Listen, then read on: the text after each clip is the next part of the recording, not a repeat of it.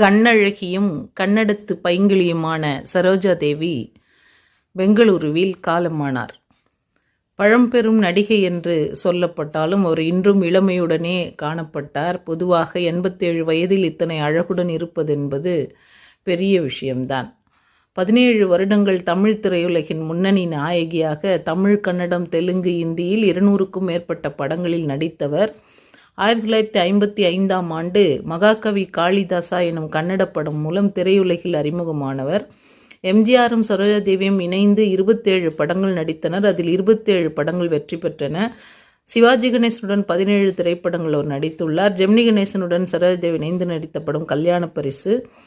அவர் இறுதியாக நடித்த படம் சூர்யா நயன்தாராவின் ஆதவன். 1958ஆம் ஆண்டு வெளியான நாடோடி மன்னன் சரோஜாதேவியை திரையுலகின் உச்சத்திற்கு கொண்டு சென்றது என்று சொல்லலாம்.